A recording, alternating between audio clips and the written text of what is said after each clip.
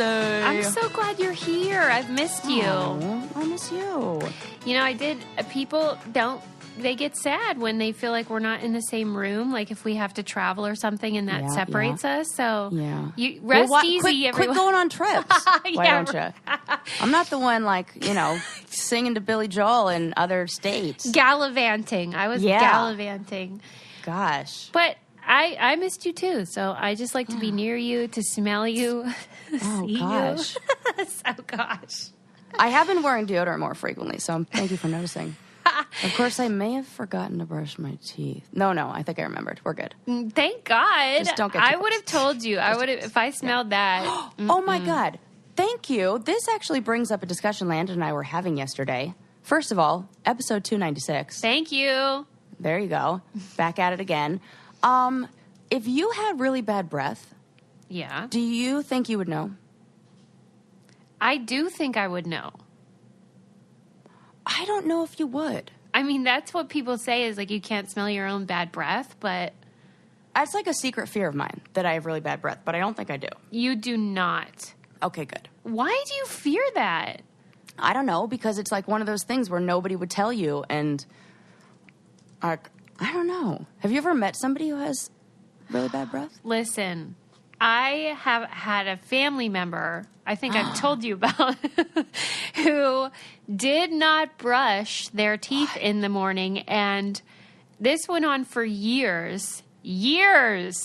Oh. And finally I had to say something. Oh, see, good. The world needs more people like you. Yes, but it took so long, and it was so scary because that is really hard to tell someone. Do you think it's harder to tell a family member than somebody who's like a stranger or a friend or something? No, I would never tell a stranger or like an acquaintance. My aunt and I set this rule. I don't even know when we did it, but we set a rule that we would always tell each other if there was something in our teeth or lipstick on our teeth or a bat in the cave, booger in the nose. What's that mean? A booger in the nose. Oh, like a visible I never heard bug. of that bat in the cave. Yeah, you got a bat. Because bats are hanging. Oh yeah, I love it. I just never heard it. It's a good one, and then people think it's cute and funny. I think it's easier to do that though, Sarah, than like lipstick or stuff in your tooth or even a booger because it's not. Because you can get it out. Yeah, and you're right. Okay. The breath. Because Landon and I were talking about how halitosis was invented by Listerine. Right. And how it's like not a real thing. But then we were saying, well, bad breath is a real thing. It's just a fancy name for bad breath. And we're like, well, what do people do? Well, so when I told this person that this was a problem, she was like, what? I drink coffee. Oh my God, like it's a neutralizer. For sure. Get out of here. I'm drinking coffee right now and it feels like the freaking opposite. I mean, maybe if you were drinking mint juleps, but coffee? Even that, Well, sure. And plus, that is a risky beverage for getting things in your teeth. So other problems. True. But I just don't know why you wouldn't want to brush your teeth in the morning. Oh, my gosh. My teeth feel like they're wearing sweaters. Exactly. I don't get it. I but hate it. I'm glad I told her because then she started brushing.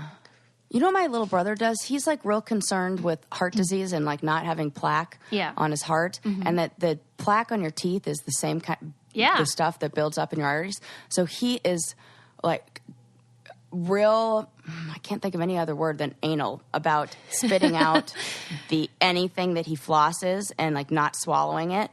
I never thought about that. I wish every man was like that. I'm like the opposite where I'm like flossing while I'm driving. And, at least you floss. Oh my gosh, I love flossing while driving. I don't know why. It like feels good. I can't. Better That's a little for some weird. Reason. What do you use? I know. The people at my clinic said the same thing. Do you use those little pick things? You sure do. Oh, okay. Because it would be very hard to do with just traditional. Oh, could you imagine? Yeah. Open up a barber shop or like dental. No wonder you're driving so slow. Yeah, because I got to take time to floss. I'll tell you what, I can't believe how many people don't floss, though. It makes me kind of real grossed out about humanity. You gotta floss. Yeah, you do. My aunt was a dental hygienist and then worked at a dental office later after she retired. Because she never really retired. And she knows all about this. Went to like dental hygiene school or whatever. She has never had her teeth cleaned professionally because she hates the feeling. She says she has a water pick and she flosses religiously, and she's like really good at taking care of her teeth at home and does all those things. But she doesn't like the scraping. Okay, I get that because I am sensitive as well. But like at least for an X-ray, you'd think you'd go in. Maybe she's gone in for that. Okay, yes. Just not the cleaning. She's never had a cleaning. Okay. Like she's never had them professionally cleaned. Does she have any cavities? I don't know. She's got to at this point. She's like 70-something. Right. She's like a freak of nature. Maybe that's why she doesn't, because she doesn't go in. So I'm like super the opposite. I need to make sure my teeth are great all the time. Mm-hmm. Oh, knock on wood, no cavities, except they told me there's one that might be starting. And I was like, lies, I'm going to take a second opinion. And I haven't been back. So you have like a very early onset cavity and a hopeless tooth. Oh, yeah, but you know what? I think the hopeless tooth, like another a dentist took an X-ray of it, and he's like, yeah, I mean, but it's still in there, and it hasn't changed, so whatevs. It's hopeful. Yeah, hopeful. You're like glass half full over here, people. Yeah. Tooth root half grown. If you do, worry about smelling good, then I think you should try Scentbird. Because that's a way to make sure you smell good. Oh, my goodness. I have one in the car, one at school, and one at home.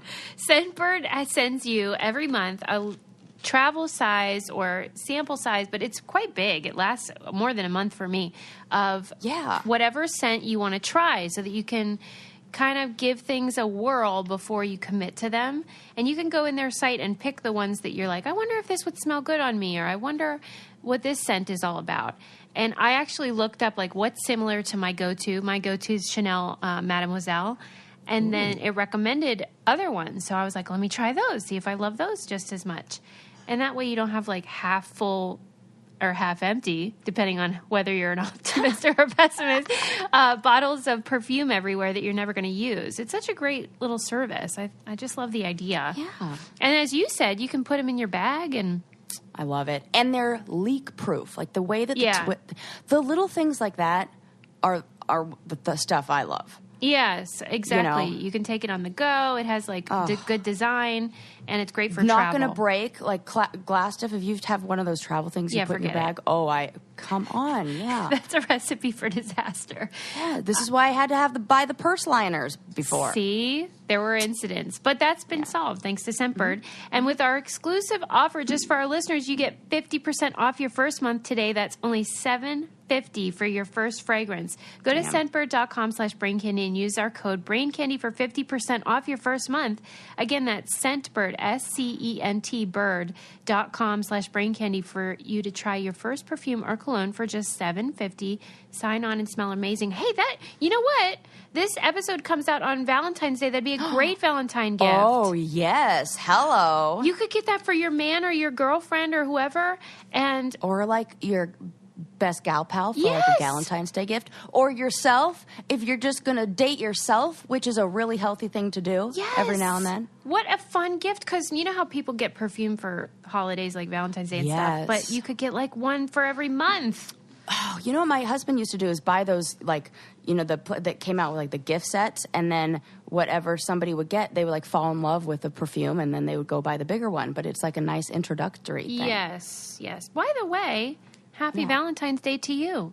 Oh, thanks, Suze. My gosh. You're always the one I celebrate on Valentine's Day. Yes, I do. I know some people don't like Valentine's Day, and I've said it before. Mm-hmm. I really like anything that celebrates love, whether it's romantic or we should just go out to otherwise. dinner after this just to celebrate us. Yes. That, and you know what? That's a great idea. And I've been thinking about Little Sister ever since we talked about that in the last episode. Yes, let's go there. Let's go there.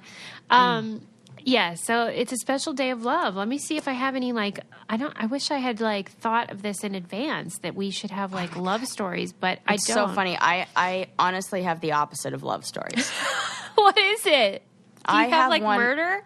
Sort of. Let's do it. Like, mystery. Who knows? Okay, so in Essex, in the UK, there's a place called Primark.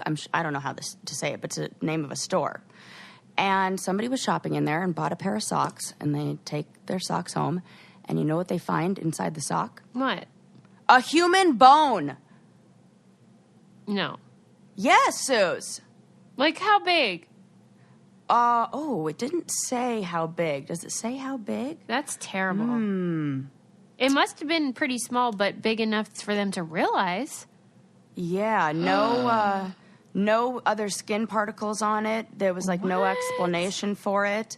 They're looking at, the footage of the factory workers. They couldn't find, people who were packaging the socks. They couldn't find anything. No tampering evidence. So they think somebody who was shopping there came in and as, I don't know, a prank or a weird thing, planted a human bone inside a sock. Okay. Why would someone do that? I don't know, Susie. And then the owner of the sock called who? The police? I think so, yes. And was like, I'd like to report a bone in sock. Yes. Oh, my word. But the weirdest thing that, so that was about this. I found this in CNN, this article on CNN. And about 25% of the article was dedicated to that story. And the rest of it was saying this is not the first time that Primark has been in the news or had weird things found in their store. A shopper found, stuffed in the pocket of a pair of pants. Oh, my God, it's so creepy when I look at it. A note written in Chinese that was sprawled oh, my God. It was basically an SOS note that was saying, please help us. It says, we work 15 hours every day and eat food that wouldn't even be fed to pigs and dogs. We're forced to work like oxen. Sarah. Yeah, and the handwritten note was in Chinese. So people don't know if it was a prank or if it was something real that happened, but... I bet it wasn't a prank. I bet it was the factory The people. place denies sourcing clothing made using forced labor, but... Well, they don't often know, though, too. Yeah. But this was from... No, see, this was from... This is from 2 weeks ago.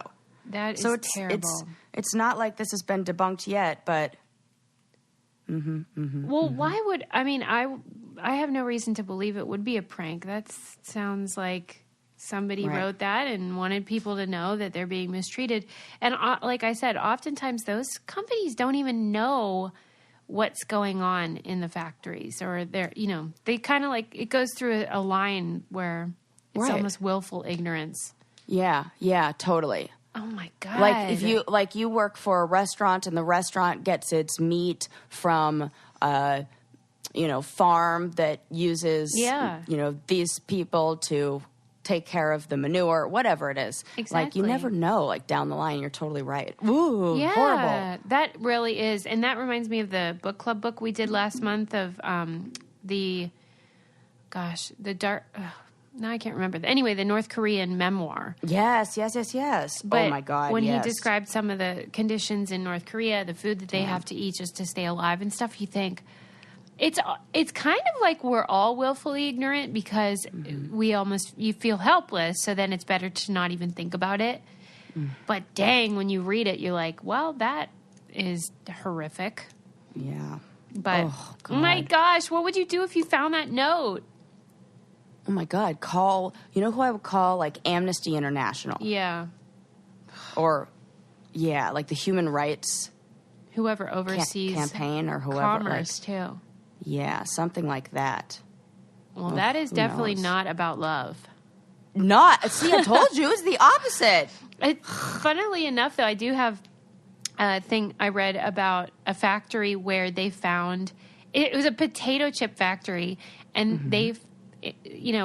somebody bought the bag of chips and, or wait, no, I think they discovered it at the factory. But anyway, there was a bomb from World War II in the bag. What? It was how?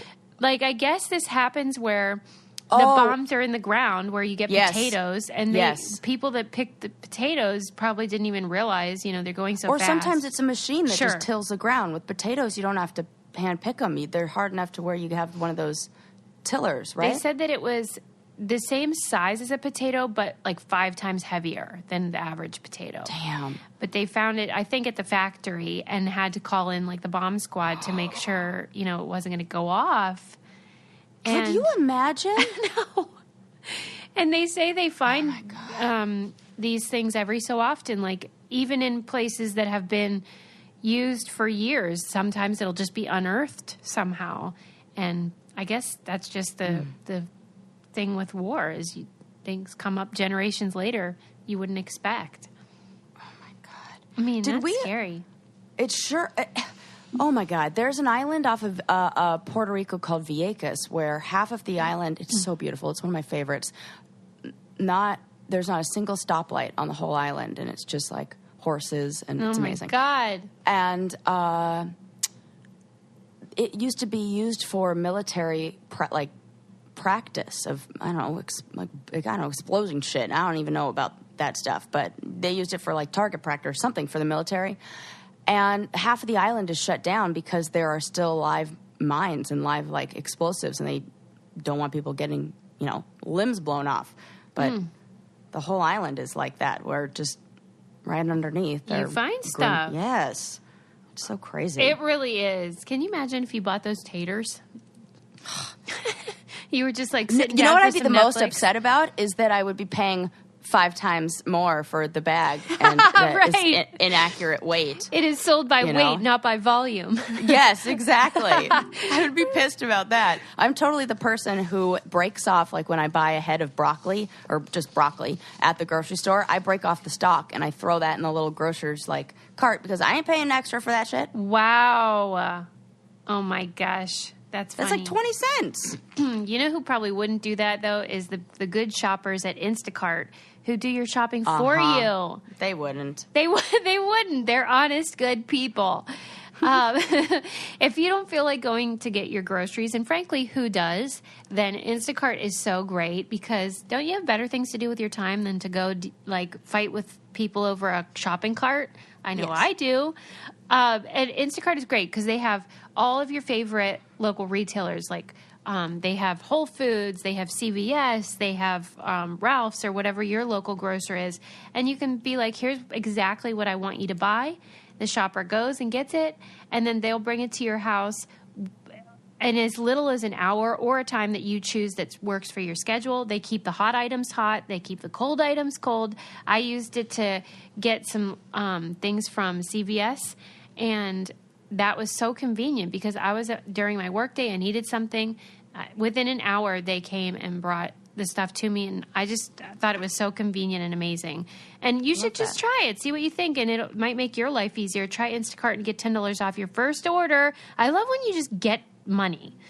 To get this limited time offer, go to Instacart.com or download the mobile app and enter our promo code BRAINCANDY at checkout. That's $10 off your first order today at Instacart.com or through the mobile app. And don't forget to enter our code BRAINCANDY, Instacart.com or through the mobile app with our code BRAINCANDY at checkout.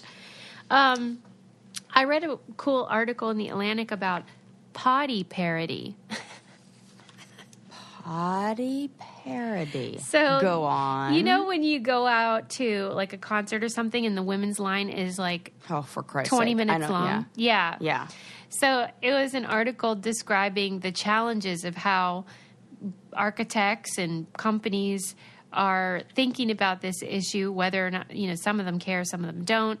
And just that the challenges that are created, because the way that it used to be, restrooms were just designed symmetrically. So what the codes of the building would say the minimum number of stalls or facilities. And then they would just put, for example, 3 in the men's room and 3 in the women's room. And they didn't account for the fact that, urinals take up less space. So if the bathrooms were the same size, then they could actually put in a row of urinals, but only one stall for the ladies. So when it sort of evolved to include urinals, then men got way more facilities than the women, even though women need more because we take more time because we menstruate and have to go and like basically and we sit down every time. Yeah. If you're wearing a God romper. forbid we're wearing a romper. And it really, it's funny what can make you mad. Like, I thought it was just going to be like a cute article about how women have to wait too long in lines for bathrooms. But it really kind of wound me up. But here's, okay, so this is all about like square footage, right? Kind of. Because number of stalls, this is where it kind of loses me because I've been to different events where the crowd is, the majority women versus men, and depending on what the audience is, what the makeup of the crowd, wherever you are, is, that is what determines how long each line is going to be. Well, because I go to a football game and the line for the women's or whatever, is shorter than the men's. Or I went to, I'm trying to think of a better example because the women's line is not for that too. But like I went to I remember a Dropkick Murphys show, which is like a band, and they're like more like punk rock music. No line for the women's restroom. Yeah, but the thing is, that's the exception that proves the rule. And when that happens, like, for example, that happened at a football stadium, and the men had to wait 15 minutes, and they started revolting. Oh, for Christ's sake. You know what? You're right. Yeah. And the perfect example where it's all even, it doesn't matter, you get a pretty good range of, like, socioeconomic, whatever, blah, blah, blah. Sure. The airport. Yes. And that you see is the all difference. You need to see. There you go. End of story. Case closed. Right. So basically, women's are longer. What the heck? Give us some room, people. The architects are just doing, or the building owners really, are just doing the bare minimum, what the code is. And so basically what the article was saying is if you want parity, then we have to change the codes to make it 2-to-1 so that because women do menstruate and have to go into a stall because we have to get naked basically, then we have to account for that and make more facilities per capita. You also forgot, and maybe they mentioned this, but the thing that popped into my head. Yes. Let's not forget who changes the babies. Unfortunately, yes. Because that is still primarily Well, right, and it takes a long time. There are dads who are doing this. There are gay couples, blah, blah, blah. I know that. But for the most part, come on. Yes. And then that needs a whole bunch of space, too. Well, and the article really did, at the very end, it talked about other concerns that we should be thinking about. Like, if we create, in Europe, they have a system where, like, they create them by gender still, but then the sinks are kind of like unisex in the middle, and you come out and everyone washes their hands together, and it helps to keep things streamlined, and it also makes things safer. For example, like if you had a partner who was suffering with dementia or early stages of Alzheimer's, you send them in there and then you worry about them. And let's say you're a man and you have to go in the bathroom with your young daughter. Like, you kind of want it to be a little more open, things like that. Yeah. So there are problems with the bathrooms, as evidenced by how mad people are about the transgender stuff. Yeah, this is one of those things where we've been doing it one way for so long and just become used to it that nobody's really thought, hey, maybe there's a different way to do this. Yeah, a better way. Let's think about it, And sometimes I think, well, not sometimes, all the time, this is why it's important to have diversity and inclusion of all different kinds of people, abilities in the workforce, people who are designing this, the architects, all those things. Like, I read an article, and I don't know where it is, and it would be hard to find it because I don't even know what it's called.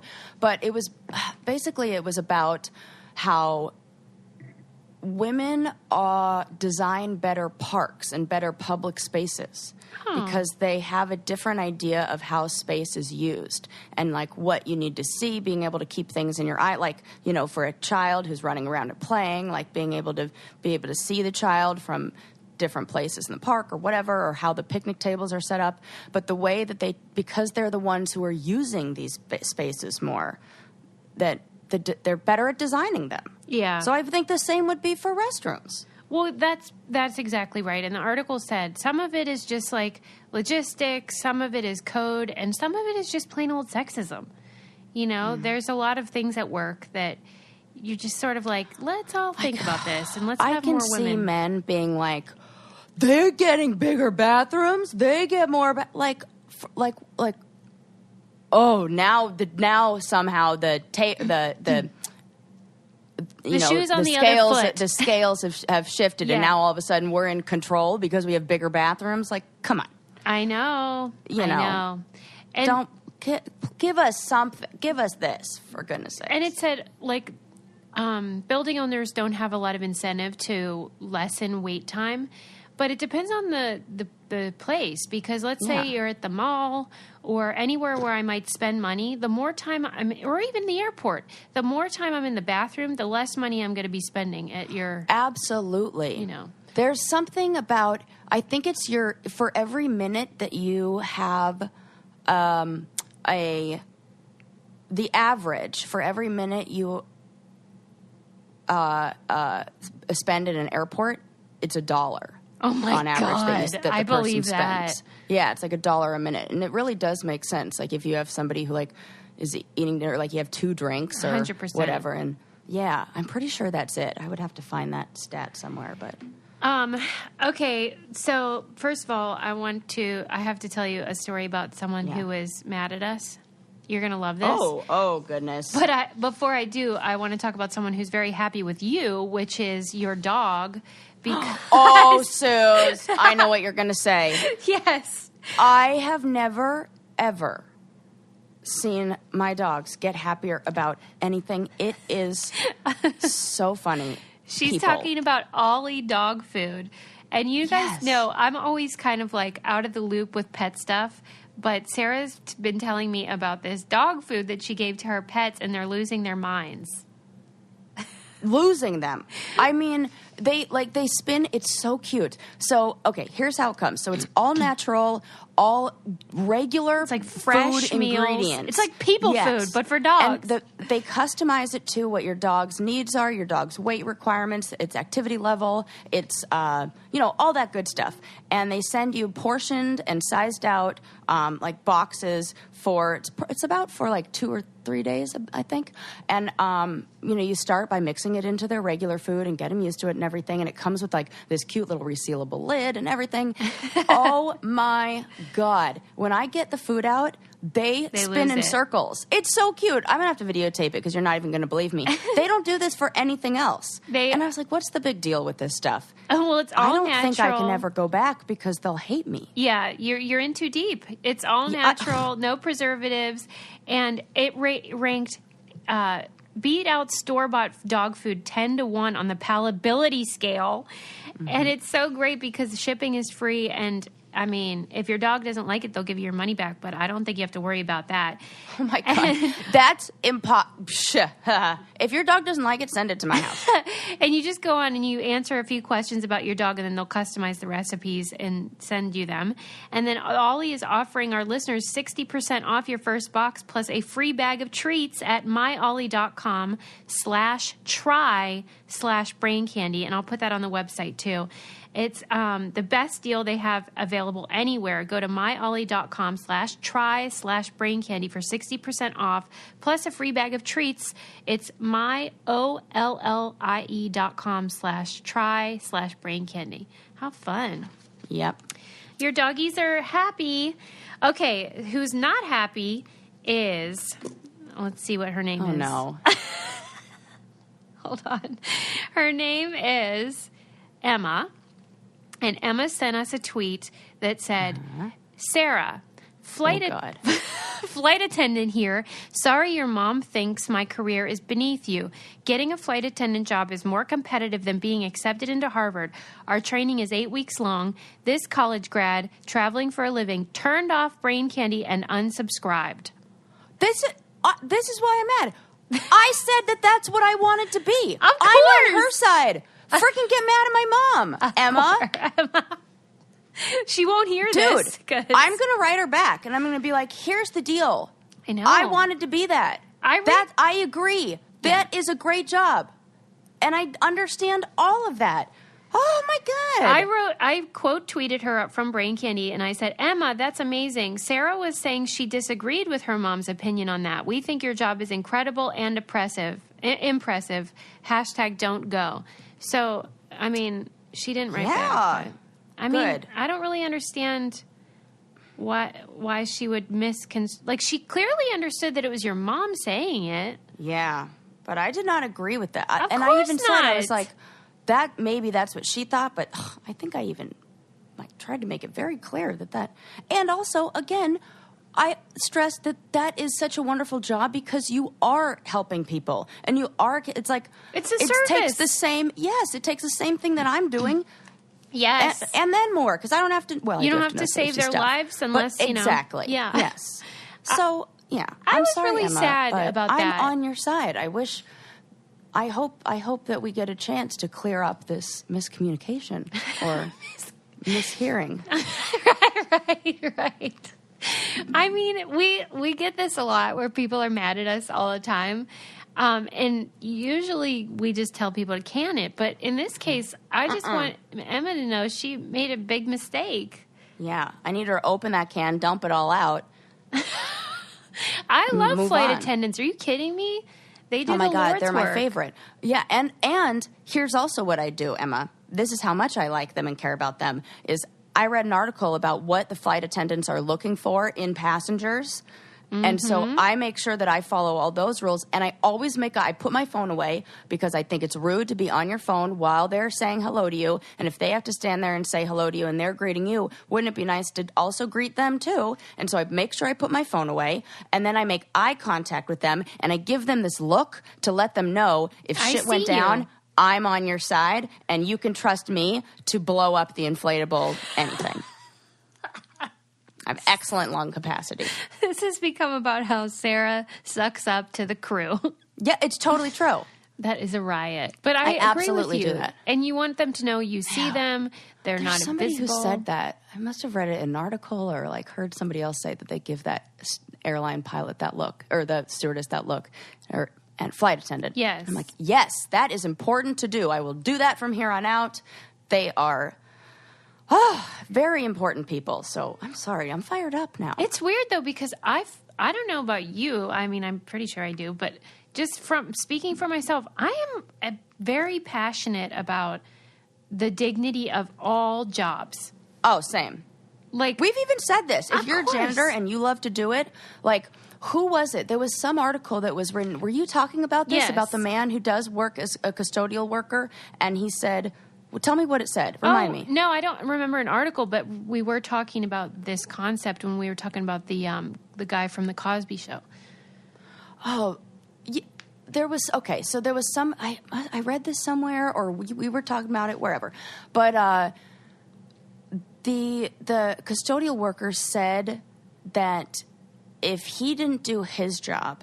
Then, and I don't remember where it was. I think it was some big company or something. Then the people who worked there wouldn't be able to do theirs, or that it all is a chain. Absolutely, and that everybody is an important link in that chain, and no one person is any more important than. And I mean, for goodness sakes, this is like the foundation of my theoretical, I feel belief bad system. that she felt attacked, and I just want to make sure nobody else feels like that because every single job, whatever you do, you don't work, you stay at home, you know, it doesn't matter as long as you are fulfilled and you are doing good and you're helping others and you are a shining light in this world. I mean, then right? Let that light shine. That's what I'm saying. What Amen. else? I mean, we try. I saw a hilarious article title that I had to see. It was a short article in the end, but the title is hilarious. Winery shut down due to public sex, pooping. Oh my God! How great is that? Thank you for the comma. That's an important detail. Right. Somebody had to write that title. Okay. Right. So this was. I believe. I think it was in Oregon. But I could be wrong. Am I saying it wrong again? People got mad at me when I said it. What? I think I said Oregon? it right that time. Yeah. Anyway, People... And also, P.S., stop worrying. Be you. Everybody's going to have their comments. I know. You're right. Yeah. Well, yeah. I guess part of it is because, more and more people are enjoying wine and appreciating wineries in general. And so whenever you, maybe on the weekends, it gets real busy when people go for tastings and stuff. And basically just people were drinking too much and they weren't being cut off. And so they were just pooping all over the property and like getting in fights and having sex. Oh my God. I mean, okay. That's well, special. You know what? It really is. Oh God. Whenever we go up to Napa or anywhere up in wine country, you go on a Saturday, there will always be somebody puking out of their car on the side of the road. Oh my God. For real? It is. Yes, for real. I mean, and most of the time it's they're in a car service, which is nice. Yeah. So they're not driving. Yeah. But it is amazing how people they don't realize how much they're drinking when they go to the wine tastings, and nobody's spitting it. And people do not realize how, and also when a lot of those wines, because they'll be tasting like right out of the bottle where there hasn't been that much evaporation of the, or they'll be aged wine or like nicer wines that have spent more time in the bottle, so they have higher alcohol percentages, things like that. They don't realize how drunk, like it took me 5 years of dating my husband to be like, nope. This is where I cut off. This is the max. I'm never drinking anymore. And there's so much peer pressure, and I still have to just leave. Yeah. Because even I, at 33, am still getting peer pressured into drinking more because people like, so I imagine that this is just all part of that. And then people go up there, I think like wine country is seen as, it's, like Vegas is for people who like party all the time, and Napa is for people who like don't, and they save up that one time. It's just on a special occasion they drink, and maybe they don't do it that often, and they are not used to it. And I have like some friends who have kids and don't get to go out much, and then when they do, they're like, woo, burning it down and end up puking. Yeah, I'm very glad that I do not do that, because maybe it's because I went on the challenges and maybe no, but you know what? out. I went on the challenges. And the other night, I went out with a bunch of girlfriends, and I had come from school, and I didn't do a good job of, like, eating lunch before. And the worst, and if you're a woman, you know about this, it was right before, the night before my period started. There's something weird that happens in my body with metabolizing alcohol. I had, like, 2, maybe 3 glasses of wine over 6 hours, and I puked all night long. No. At least 5 times. Oh my God! Landon had to come up with a bowl of macaroni and cheese, as I was like, and he emptied out. He put a puke bucket next to the bed for me. Is that nice or what? And I was like, oh my God, I'm so embarrassed. The next morning, I was like, the worst is that I'm not even drunk. Like I can totally talk fine. I'm totally coherent, and I'm so aware of how my body is like. I'm like, oh no, here it goes. I don't even get to enjoy like. The fun stuff that comes with, I don't know, is there any fun stuff? There isn't for me. So, that's what I'm saying. It's all bad news.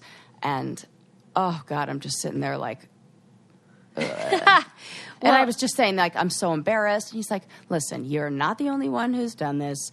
No, blah, blah, blah, blah, blah. Aww. But you know what I'm not doing? Having sex in public and shit in places. I've never been that drunk. I have never been drunk enough to shit anywhere that it's not supposed to go.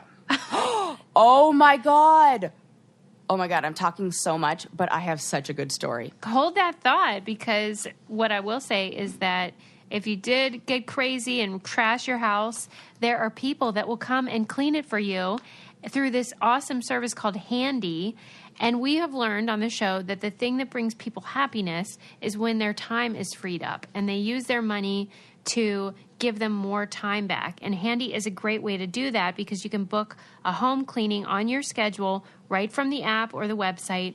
You can look up all the pros using Handy and compare their profiles and choose the one that's a good fit for you. They're all with reviews. You can compare and contrast whatever you need.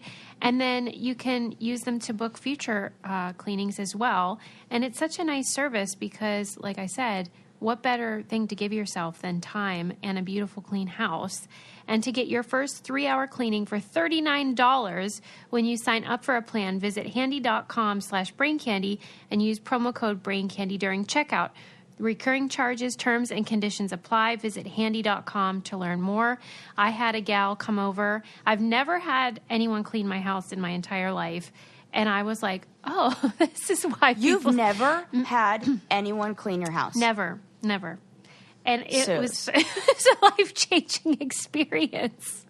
You are really missing out. I know. No, now you know. I know how great it is. It really is life-changing. It's like when you cook a meal, like when somebody else makes you a meal and it tastes better, your house looks cleaner because somebody else did it. And I'm like, what the hell magical stuff did they use that I don't know about? What technique? And I thought I was a good cleaner. And she was like so happy and hilarious. And I mean, I was impressed. And she just wandered around and did her job like it was nothing. And lickety-split, I had a clean house. So that was really fun. And what a treat. And I got time back. Hello. Yeah. I'm thinking that would have been great. And I could have used that because they have handyman services. And maybe I would have known and been able to read reviews and not hire somebody who was racist. Remember that guy? Mm-hmm. You're right. See, that's a way to avoid that. Okay. Okay. No, my story. Oh, yes. About pooping. Let's hear it. When I was on a challenge. Yeah. I was, oh my God, you were there with me. No, it was sounding familiar. That's why I'm like, yeah. Yep. So I was everybody, oh God, somehow I became like a babysitter of drunk people. And remember, they told me to do it with Tanya when Tanya was like passed out in the bathroom. Yeah. They sent me in to go get her. I don't know why. I was like new there. Maybe because I was like dumb and I'm a people pleaser. And I was like, yeah, sure, I'll do whatever you say. And like fear of authority figures. Ugh. So we were out one night at dinner, like going out to some fancy dinner. It was a real nice place right on the water in Thailand. And I will not say what challenger it was, but a female challenger got really drunk and had to go to the bathroom. And they sent me, like, walk her to the restroom. She could not make it. So in the middle of the parking lot, she pulled down her pants. Wait, this is coming back to me. Big SHIT. Then was like, I need something to wipe it. And so what did I have? I don't know if I had a towel because I had my bag with me or she had a towel, but she pulled out a towel, like a beach towel, wipes her business, and then leaves it behind the car and goes back. Tell me who it was and I'll beep it. Oh my God. Yes. Oh, I'm so excited for that beep. Because people are going to be like, I'm dying to know. Well, just, look at the cast and make your own guesses. Why do you think that happened? Because we were out at the beach like all day. This was one of those days where we like did the beach day and then went out to dinner. Yeah. And everybody else knows how to be not everybody else, but some of us know how to, handle our shit literally. She did not. Oh my God. God, I remember every single thing about this night. I remember where we were sitting. I remember the parking lot. I remember the bathrooms. Now, Thailand, they do a good job. They like have the bathrooms off-site, and they were like these big cement buildings with glass doors. Oh my God, I remember it like it was yesterday because clearly this was a traumatic event for me. Did you ever talk to her about it later? Oh, no. And that was not she has a reputation of going to the bathroom in weird places. She also peed off of the back of the rickshaw. What? That's what they're called? No, not rickshaws. What are they called in Thailand? Those little tuk-tuks? Oh, yeah. Remember? Why, though? No, Why did she? You weren't on our team. Oh, now I'm narrowing it down. She was on my team. She held her butt over the side and just she couldn't hold it. So she went, I have seen this person pee in so many places. Wait. Whenever she pooped, did she look at you while she was doing it? No, I was standing so far away. I didn't even want anybody to know that I was associated with this person, Suze. Well, I get that, but I just wondered if she stared you down while she did it. No. Like a toddler does when he's on the toilet. Funny. That's so funny you say that because Landon was just talking to me about an article that he read on MSN about how, I don't know how they know this, but something about when you look at the dog, when the dog goes to the bathroom, they look at you for safety and security. Yes, reassurance. And then you look at them and then they feel awkward. So then it's like a weird stare down, and that's why that happens. And it always happens, and it's so awkward. And I'm like, I'm sorry. That's the way it is with toddlers too when they're first learning, because they're a little scared and like don't quite know what's happening, and that they'll just look at you in the same way that a dog does for reassurance. And I wondered if you know who did it too. No, I don't think so. Well, I mean, at least I made sure not to make eye contact. I was like, you're on your own. Was it dark out? Was it what? Dark out. Yes, it was evening. Jeez. Thank goodness. That is sick. Oh, God.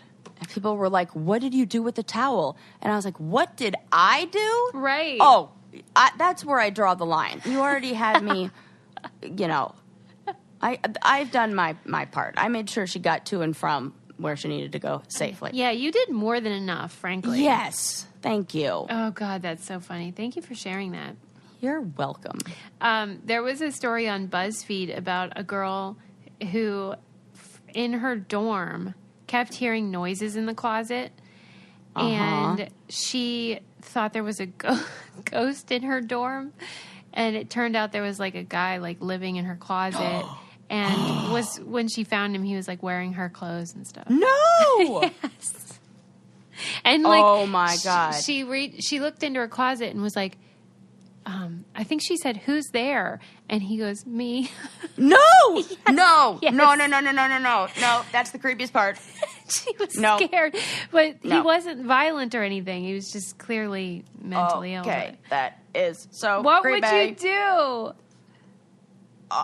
That would feel so like violating. I don't know, invasive or violating. Yes. Violating is the word. It would make me feel like there was always, I couldn't let that feeling go. Right. I would always feel like somebody, oh my God, Suze. I know. There are a lot of stories about this, of people who live. Wasn't there a celebrity? There was a celebrity there was somebody living in a celebrity's attic. I want to say it was like Julia Roberts or Sandra Bullock or something. I think it was Julia Roberts. I don't know why that's... Yeah, and didn't it go to trial and she had to yes. whatever against him, testify? Yes. Can you imagine? That is so horrifying, even if they're nonviolent. Mm-hmm. That's, you know what? We're gonna like save this top, like remember this. Yes. And I'm gonna do a look for next time of weird stories of people living in people's houses without them knowing. It's freaky. It's so crazy you say that, Suze, because just yesterday, like for real, it was yesterday, 100% sure. I was looking up at the ceiling in our closet, and there is one of those, I don't know what you call it. It's like access to is it the roof or the attic? I guess the attic, but we don't have like a proper attic. Sure, it's just crawl there's space this, like, or whatever. Crawl space, I guess, or something.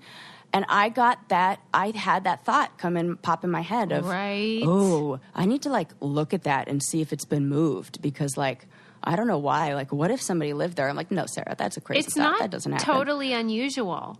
It's not. And, you know, that's like the weird stuff. Like, there's zero chance that somebody is going to, well, like 0.00001 chance that my house will ever get broken into. Nobody's going to come.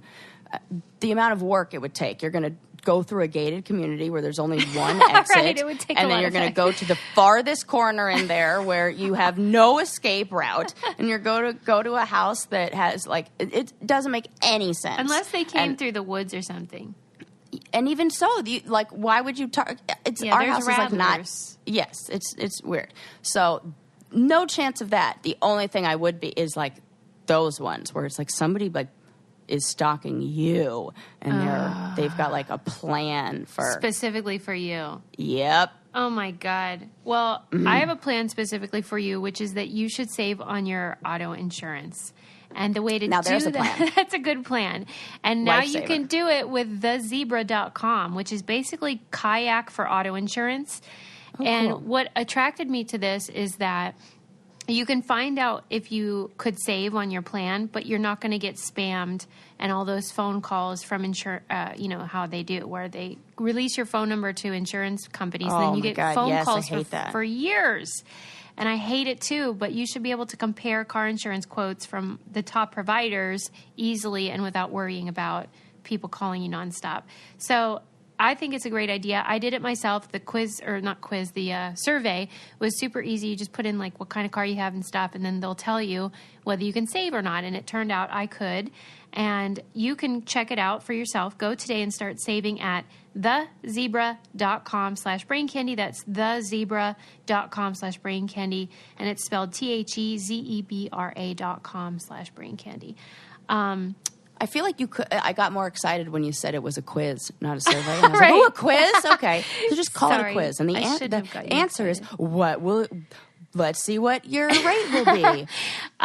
What the thing we were talking about before reminded me of that cuckoo bird story. I think it was in Wisconsin about that gal that was abducted and he killed her parents, and then they found her. Thank God. Oh my God! What a miracle! I'm so impressed with her. She's freaking 14. She was abducted? Yes. And then this guy... Tell me the story, because like I have only heard a little, like I don't know any of the details. Well, at first when I had heard that this happened, I thought that it was a situation where she had been in like a chat room and met this guy and then he came and got her. And I shouldn't have thought that, because the truth is she had never met him before. He had seen her get off the school bus one day and decided that was the girl for him. See? There you go. Yes, it's what you say. And then he did what you say, and he stalked her house a bit, tried to figure out the best way, and he was driving down her driveway and the dog started barking, so she went in her parents' room and was like, hey, somebody's here. And the mom and her went in the bathroom in the tub to hide. And then they heard a gunshot, and it was him killing her dad. Oh! And then he came through and made the mom put duct tape on the girl's mouth, and then he killed the mom. Oh, my God. And he took the girl, kept her in his apartment, and like when he'd have friends over, she had to go under the bed. Oh, my God. And then he would like put stuff around the bed so that if she tried to get out, he would notice. Yeah. And then eventually he told her he was going to be gone for a few hours, and thank God she ran outside, got help, and saved her own life. And she's her own hero. It's amazing. I would not have been able to do that at that age. Oh, my God. So impressed with her. That is really...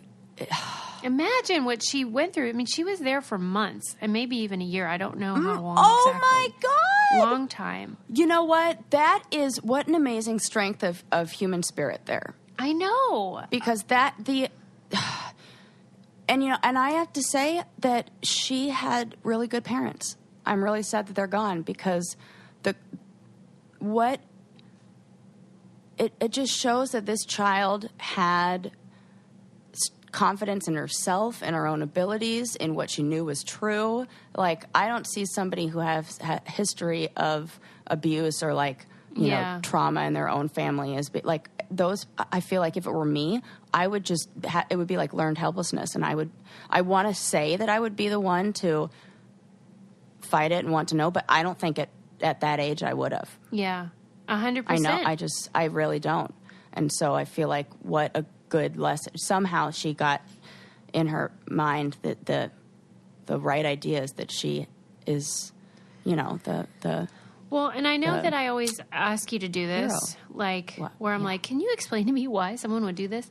And then I expect you to know. But for that guy that did it, he was a young man. He must have been, I don't know, 22.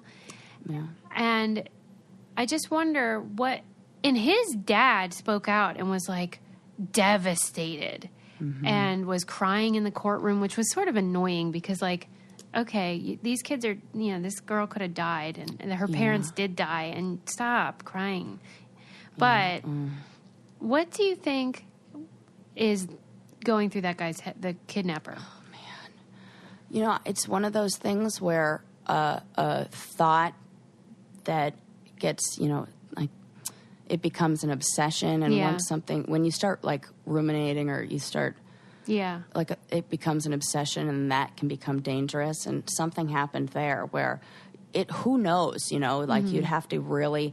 It strikes me interesting that you said his dad was in the courtroom, which makes me think his mom either left them young, when he was young, or like ran away from the family, or somehow she was abusive, or maybe like there's something going on with the mom where he feels like he needs to either save this little girl or who knows, or she's some surrogate for something. There's something weird there. Well, and not to hijack your train of thought, I was just thinking about... That's it. Like, whenever I ask you that question about him, you know, it reminds me of this whole conversation that people are having about the Ted Bundy tapes. And sort of why do we fixate on these serial killers and these criminals, and we don't talk about the victims enough. And I wanted to have that conversation and see what you thought. And really, Valentine's Day is the perfect day to have it. Right. But I want to know, like, what's your take on it? Because it's complicated. Oh, gosh. Like, do you think it is wrong to sort of this true crime thing and to focus on the criminal and not the victim? Because I obviously don't, as evidenced by my research. But well, you know, it's a good question, because I you know, last night somebody in my clinic was like, "Ooh, have you watched the Ted Bundy tapes? It's so good." Da da da.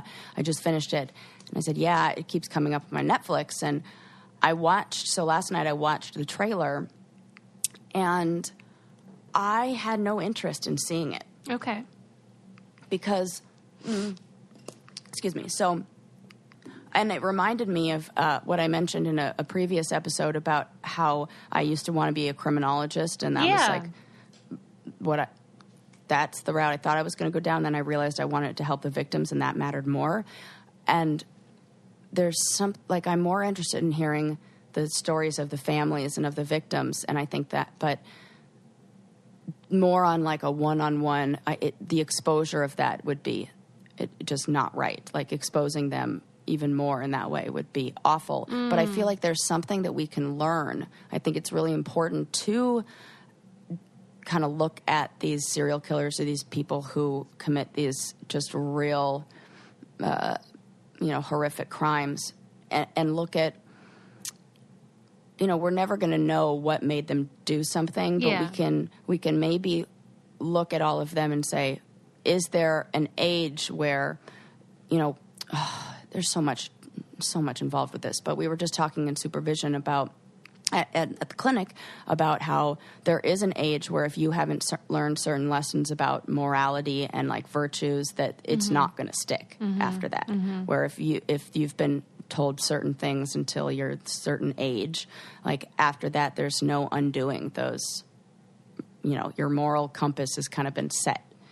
And so, like, looking at what are those ages, what were the situations like, what was, you know, I think that's how a lot of our attachment stuff and what we know about attachment and, like, the kind of care that parents were able to give. And so I think it's important to look at those things, and they show us, you know, I think the extremes help show us how to, I don't know, the steps along the way that we can take to avoid that kind of I think these people that are annoyed about Ted Bundy, which I tweeted too, that I'm annoyed that people think white men are exceptional when they're totally average. Like, he's not even that attractive. Like, I didn't think so either. But I think people that have this issue mistake fascination with admiration. Like, no one's admiring him. No, totally true.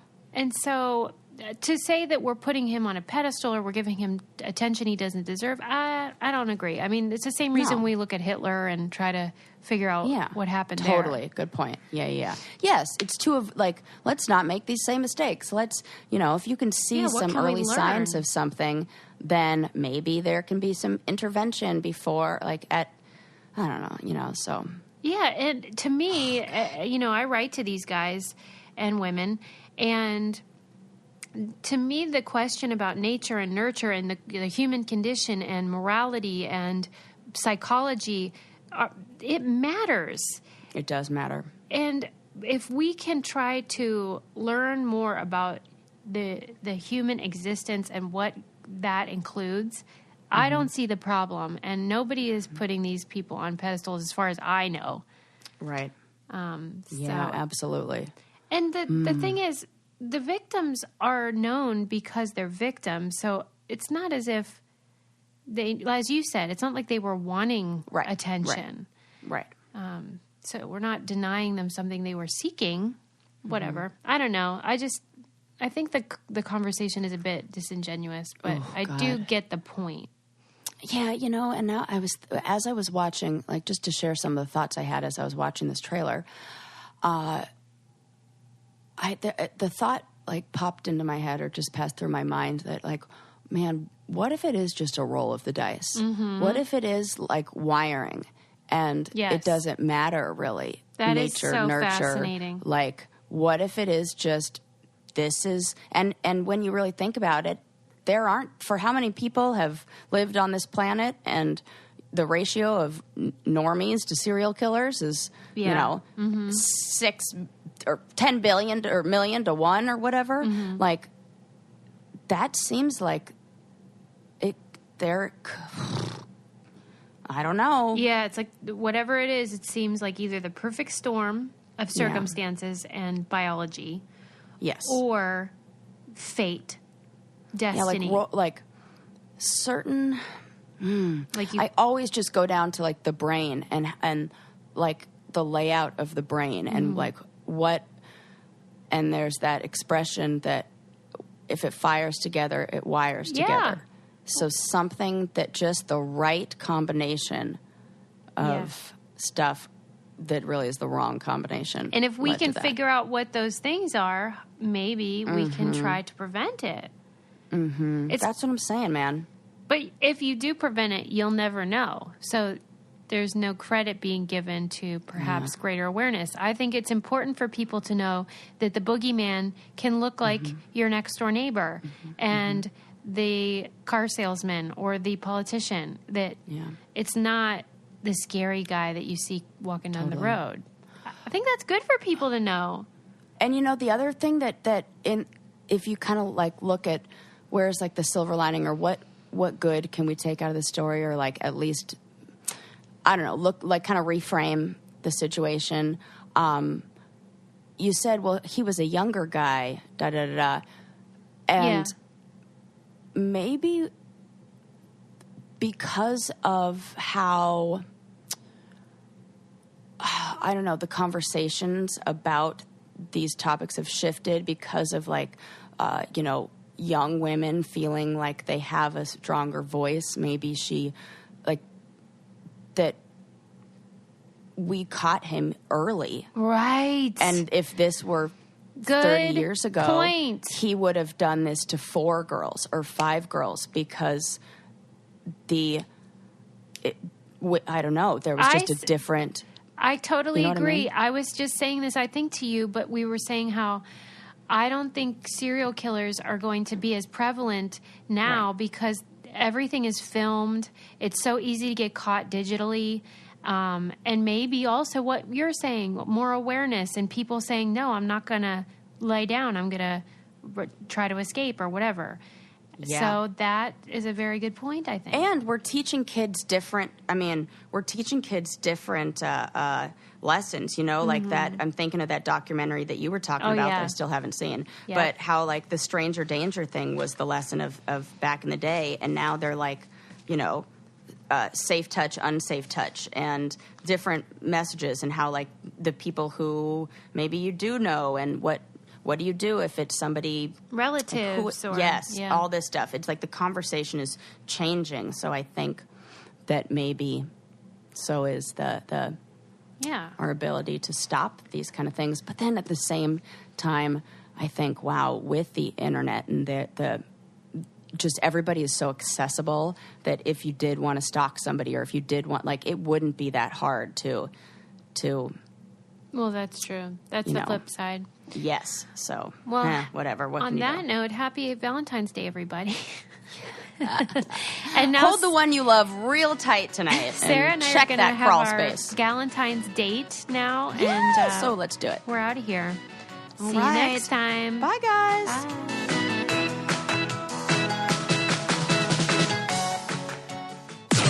This podcast is brought to you by Wave Podcast Network. Check out all of our shows, including the Brain Candy Podcast, I Don't Get It, Babes and Babies, Coffee Convos, and Let's Talk About It.